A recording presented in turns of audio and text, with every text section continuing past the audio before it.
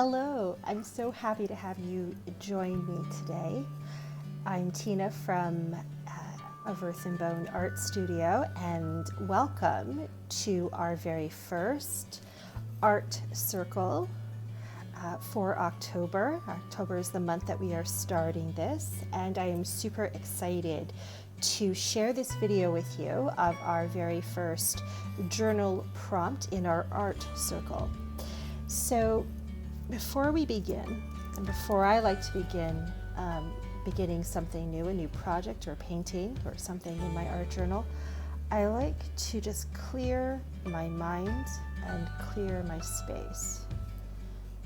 So I am just going to, I have two things here, my little bowl, my shell here. I have blue sage and white sage, but I think actually today I'm going to burn both.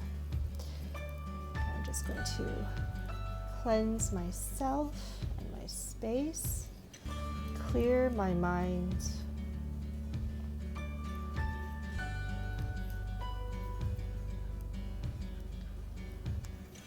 and then I'm going to use the blue sage, also known as the grandmother sage. It's a very gentle energy, the grandmother sage.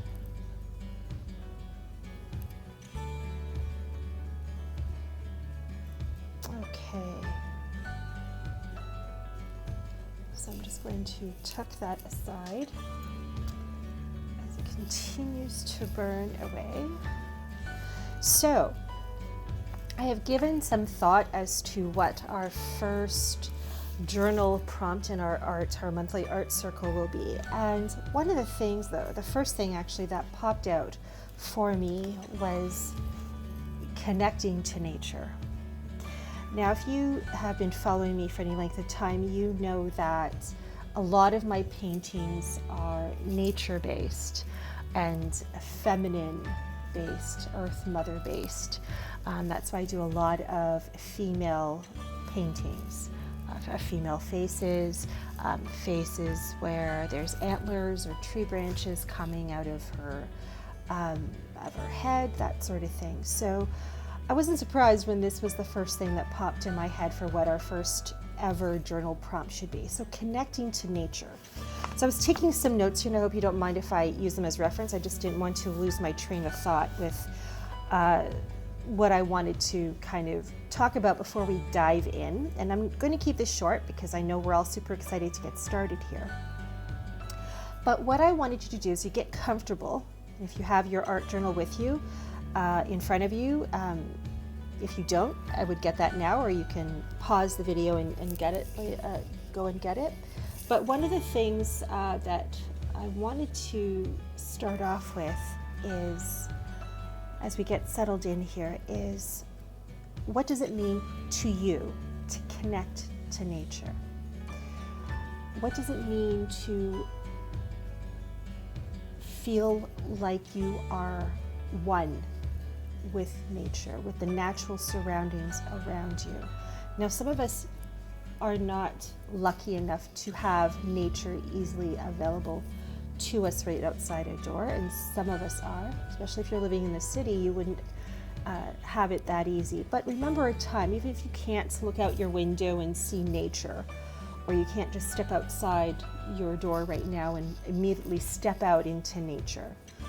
Think of a time when you were out in nature, when you went for that walk, whether it was a walk in the woods, whether it was a walk on the beach, by the ocean, the sea, even a lake, a pond, anything or anywhere that you connected to nature. So I want you to think about that. And I want you to imagine when you were walking through in the surroundings in nature.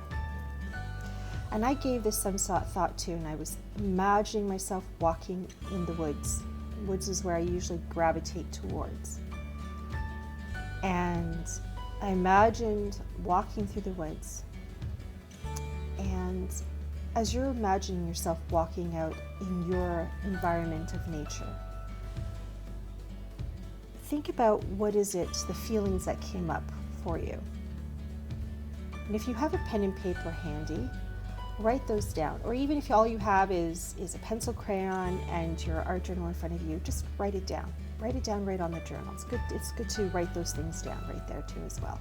Adding the energy of your thoughts and feelings of this theme right onto the journal page you're going to work on is actually a wonderful way to add energy to the page.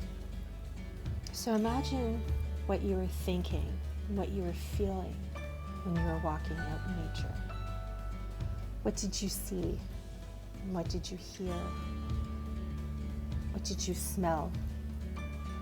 Sometimes with nature, we smell things that we don't see. You might smell a pond nearby, but you don't see it, or a river. You hear the birds, but you can't see them.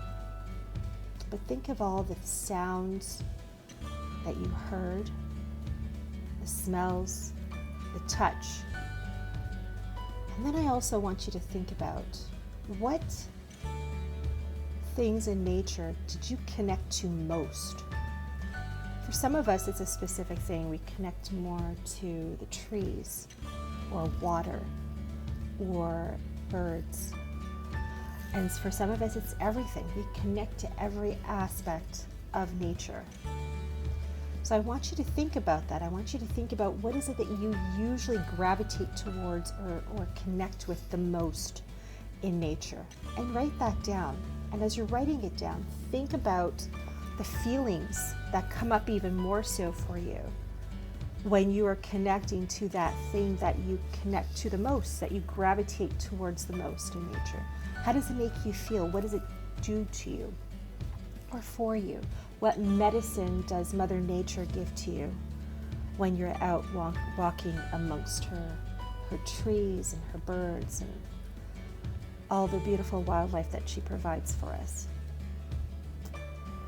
So as you think of all that and feel into that and lean into those thoughts and feelings and those images as you imagine yourself out in nature, and even if you're able to pause this video and actually physically go out and do this, even better. Take your notebook with you, your art journal with you, and jot things down as you're out walking in nature. But I want you to take those things that you wrote, and that is what you're going to build the foundation of your very first art journal page for October, connecting to nature. So this is the journal page that I prepped for October for connecting to nature. And what I've done so far is I've already done the collage, as you can see here. I've done the collage already of laying down and strengthening the background, the original pages of the book. This is just the old atlas journal I had shared before in a previous video that I use sometimes. And then I took white paint, and I also took, what else did I take? Unbleached titanium white paint. And I used a dry brush, and I just very lightly, and I also used a rag and rubbed off, but very lightly just brushed some of the paint on in certain areas. But as you can see, I left a lot of the page background here. So there's a lot of my collage papers still showing through. I'm not sure yet at this point if I'm keeping it there or not, and that's perfectly fine, but I at least wanted to give myself the opportunity or the leave that possibility open of maybe I want some of that coming through. So my main concentration that I was, when I was whitewashing the page, was just concentrating on the areas that had, where the pages creases were, so to speak, where one page met another page. So there's a piece of collage paper here, and I washed it over there. It's just to kind of blend all the separate collage pieces together with the whitewash paint. And then I did a very rough sketch with some charcoal pencil of a face. So that's all I've done so far. And so I'm going to take it from here, and I'm going to videotape myself doing this page, and some of it I will talk through and work in, film it in real time for you to watch along as I work through this. And other times I'm going to speed along with it, because this page could take, actually I know it's going to take, it's not going to happen all in one sitting, which is perfectly fine. That's why we're doing a theme once a month. Don't feel like you have to rush. It's something that you just keep coming back to over and over again throughout the month. Work on it when you can, adding a little thing here and a little thing there. So one sitting I did the collage, the next sitting I did the whitewash, and then another sitting I sketched in roughly a face. So you can do the same thing if you want to follow along with me and doing the exact same thing. But I do encourage you though to do your own thing. To, you know, the face structure is the same for everybody. We all have two eyes, a nose and a mouth and all those things, so that's perfectly fine to do that same thing. But the important parts are the parts that we talked about earlier in this video, which is the parts that you connected to nature. Okay, so those elements are going to be different for you than they are for me, and that's where our own uniqueness and our own creative voice is going to come through in each of our art. Okay, so I'm just going to work along here, and I'm probably at this point just going to fast forward the video as I continue to try to work my way through this. Now sometimes when I'm sitting down, I don't quite know what to do, especially at this stage. I'm not quite sure what to do here, so I'm just going to go over some of my original pencil marks here, and then sometimes while I'm doing that and thinking about nature and what I gravitate towards and what I really love to hear and see when I'm going out in nature, I'm hoping that'll start coming to me and I'll start being able to know which direction I'm going. And again, nothing is ever etched in stone, so even if I start something and it's like, you know what, that element isn't going to stay there, it's perfectly fine to cover it up. The energy of that element is still going to be there as you add something else over top of it. Okay, so let's get started.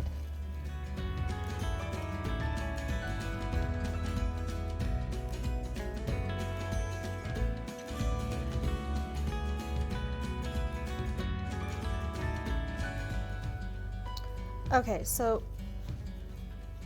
just going to jump in here. Now when I'm doing face tones, and I've decided I'm going to add some face tone, like skin tone colors, to her face. So just to give you an idea, so in case you're interested in wanting to know how I go about getting my skin tones, I use raw sienna. You don't have to use this brand, this is just the brand I use. Raw sienna, and I also mix it with white, just simple white paint. So I generally will add the raw sienna first, and I already just got some there. Raw sienna first to the face, and then while the paint is wet, I will start adding a little bit of the brown. And that's just to start with the foundation of the skin tones of her face. Okay?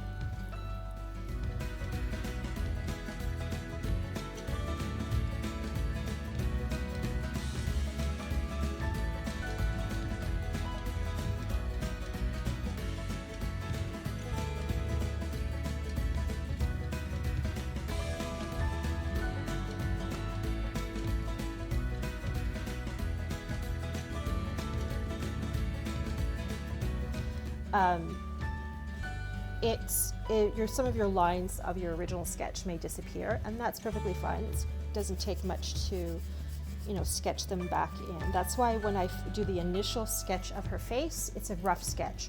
I don't put too much detail into it. It's just basically to give me a placement of where the eyes are going to go, where the nose and mouth and everything's going to go.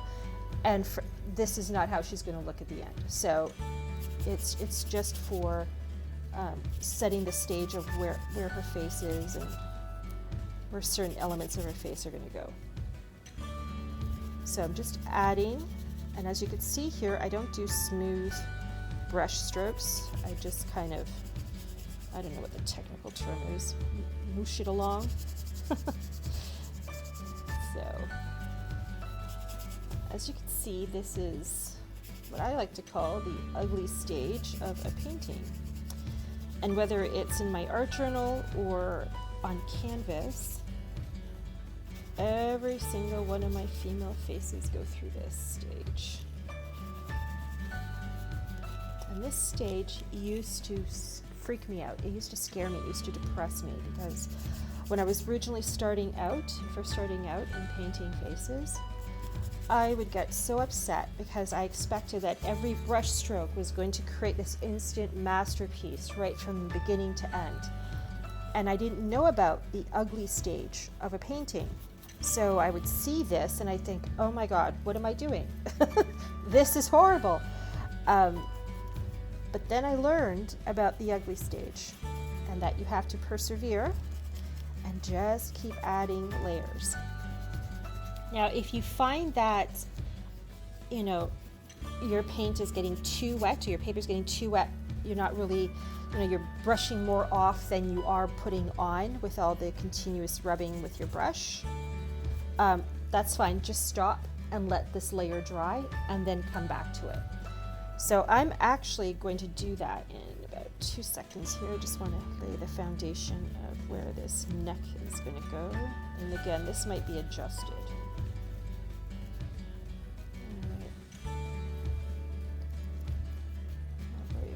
Okay, oops.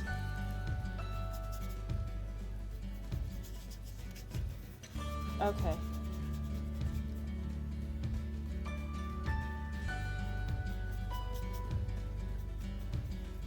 Okay, so I'm going to stop there. I still have some white paint on my palette, so what I'm going to do is, and this will happen to you as well, I would get another lid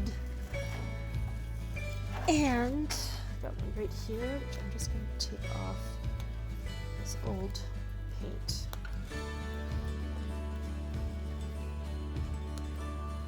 And what I'm going to do is I'm going to just put it right on top.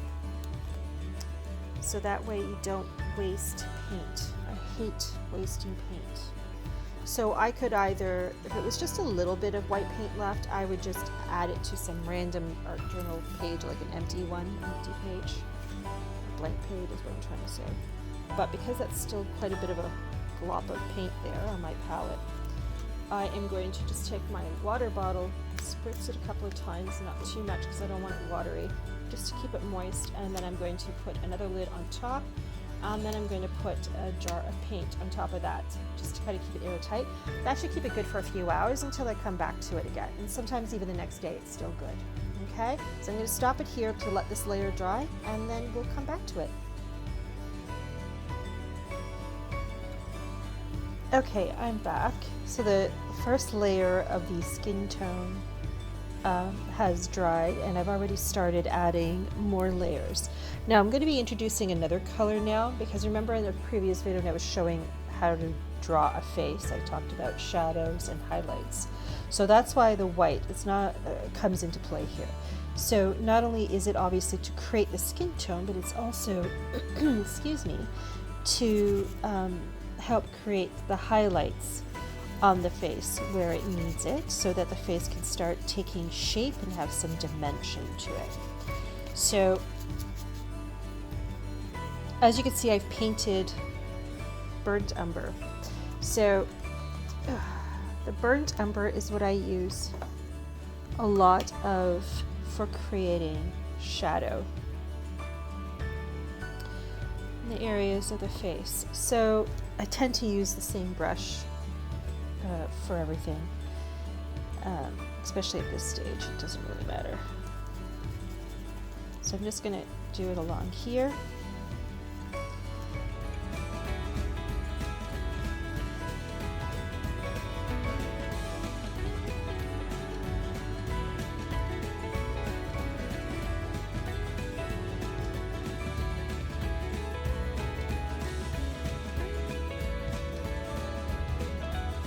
So I have to stop here and allow this layer to dry. See what happens if I paintbrush? This is why I buy dollar store. Okay, so I am going to put the lid back on that again, so I don't waste.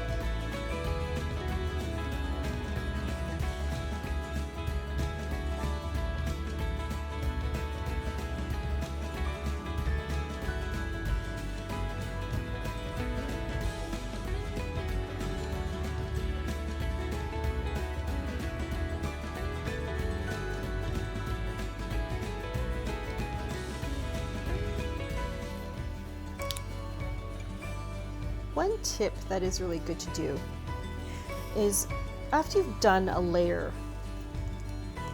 or is sitting, had a period of time of painting and adding some layers, take a photo on your phone of your journal page and then look at it from the phone, because sometimes you see things and notice things on the phone and it gives you a different perspective of your painting that is harder to see when you're looking at it, this close.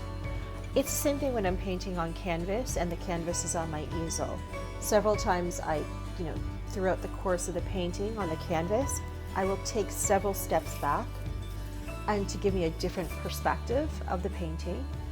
And sometimes I actually just need to sit and leave it for a bit of time, because when I walk away from it and come back, I see it with a fresh set of eyes. And again, if I take a photo of it and look at it, I can see things that I didn't normally, otherwise would not have seen. So I do like doing that, and I recommend doing that.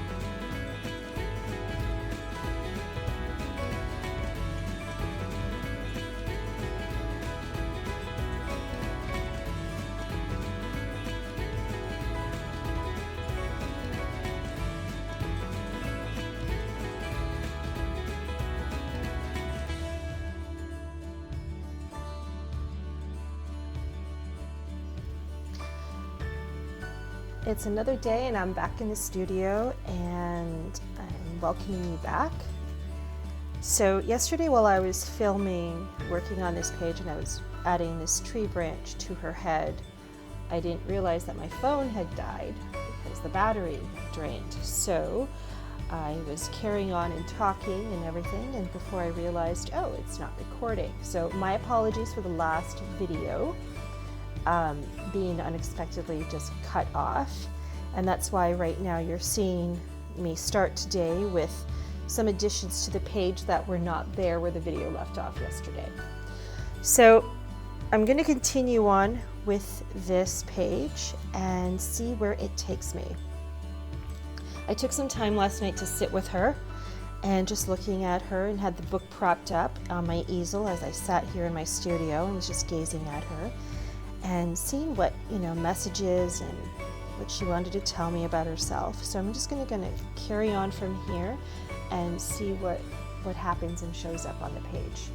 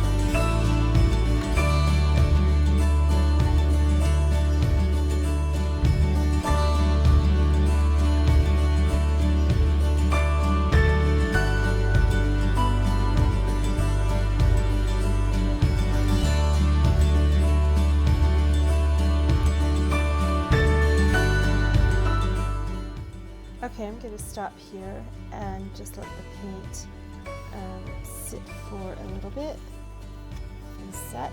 As you can see, I added the thinner branches here, and I used both the darker color, and which was raw umber, and then I went over with the lighter branches as well, just to bring those out a bit more and give the tree more dimension.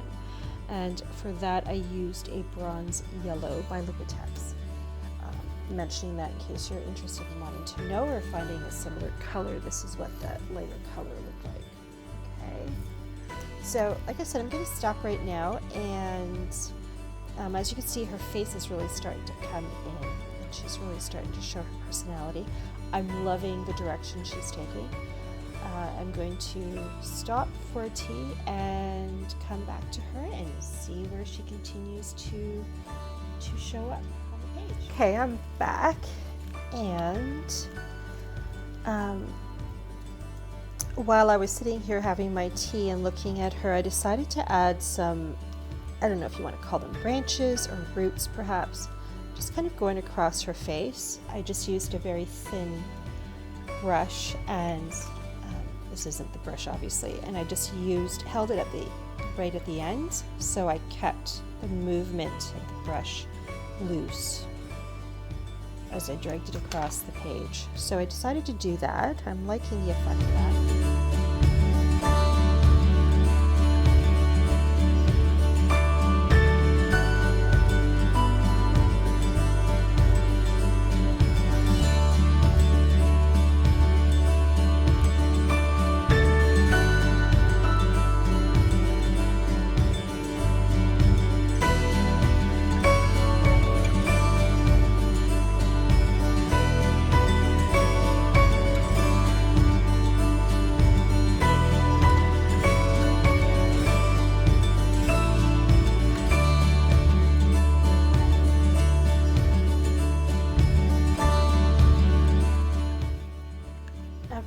So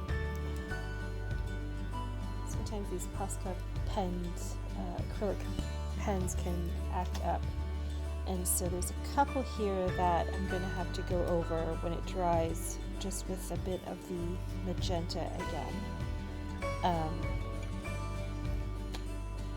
and then go back, and then I obviously touched it with my hand, got some over here as well.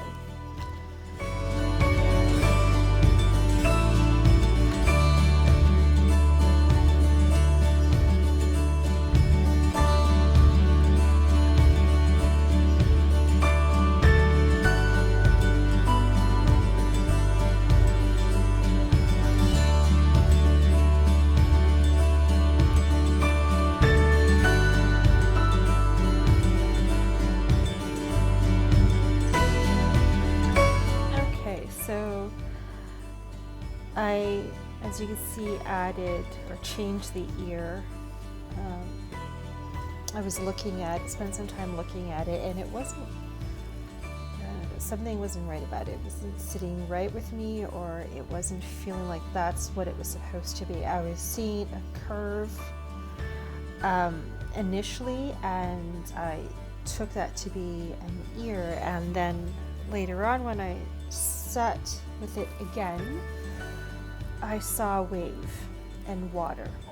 So I made it blue, obviously, and just went down and then added more fish. So now that makes, that's tying in and is feeling right for what was coming through for me when I was looking at this earlier. So I am going to continue on with this. I'm going to work on the fish and figure out, what color I'm going to make them and that sort of thing. I've got this lovely bright pink here, and I might make another one a yellow and just see what happens.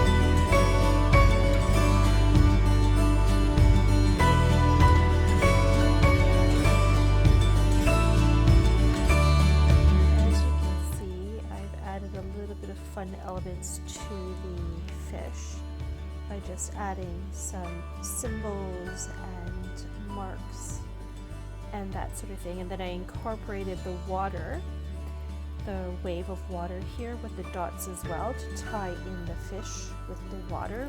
The two naturally go together, obviously, but I wanted to just tie it in since these are a different color palette than the rest of the painting, though the one fish does have some of her color on the girl's face. I may take the color of the other fish as well and somehow tie it into her as well, just so it all kind of flows in and ties. Okay, so I forgot to hit record and I got carried away and forgot to hit record. So what I've done is obviously I've added some more touches here and there, and added the elements of color from the fish over to her on her face here and there. So she's got some of it, the green on her lips and on her jawline here, along with the blue of the water and the lighter blue, which is actually, this is pale olive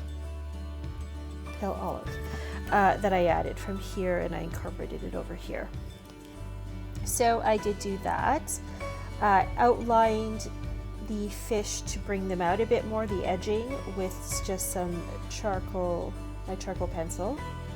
I still have to do some more work on the tree branches here, just to do a little bit more, and I do want to do something here, I think. And I still have more, and I added color to the eyes. Not sure if there was a stain, but I do have to do more to the eyes, just to bring them out a bit more.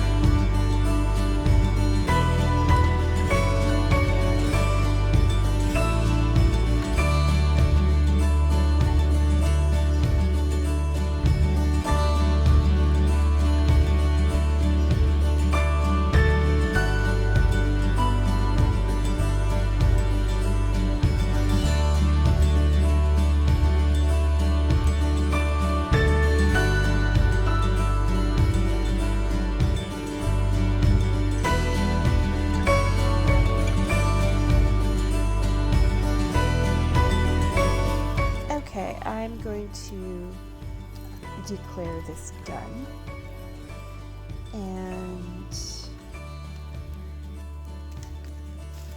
leave her as she is now.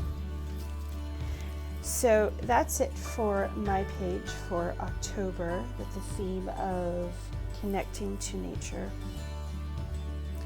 I've really enjoyed this theme for the month of October, and it's our first theme for our monthly Arts Circle journal prompts.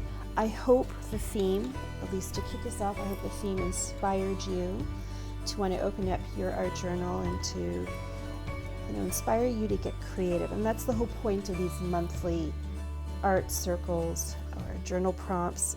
That's the whole point of it, is just to get you inspired. But in any case, it's always wonderful to be inspired by others or by a particular thing that is around you, what's going on around you. And in this case, in this month, it was nature.